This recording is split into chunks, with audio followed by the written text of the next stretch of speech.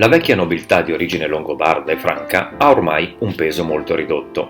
Si forma una nuova aristocrazia, ne fanno parte individui molto diversi per rango, ma che stanno assieme per difendere i propri interessi privati.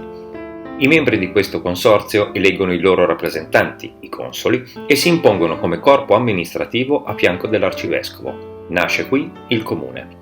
I consoli accrescono il loro potere, venendo chiamati spesso a fare da giudici, e cominciano anche a legiferare. In buona sostanza, il comune, nato come associazione privata, diventa un'istituzione pubblica. La prima notizia certa dei consoli a Milano è dell'anno 1117. Il popolo viene convocato per decidere, assieme a rappresentanti del comune e del clero, su come comportarsi a riguardo dell'intesa tra l'imperatore Enrico V e Papa Pasquale II, a proposito dell'elezione dell'arcivescovo di Milano, Giordano da Clivio.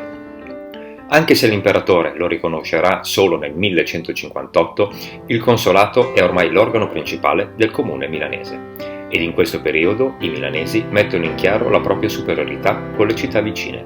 Lodi, Como e Crema vengono sconfitte e distrutte.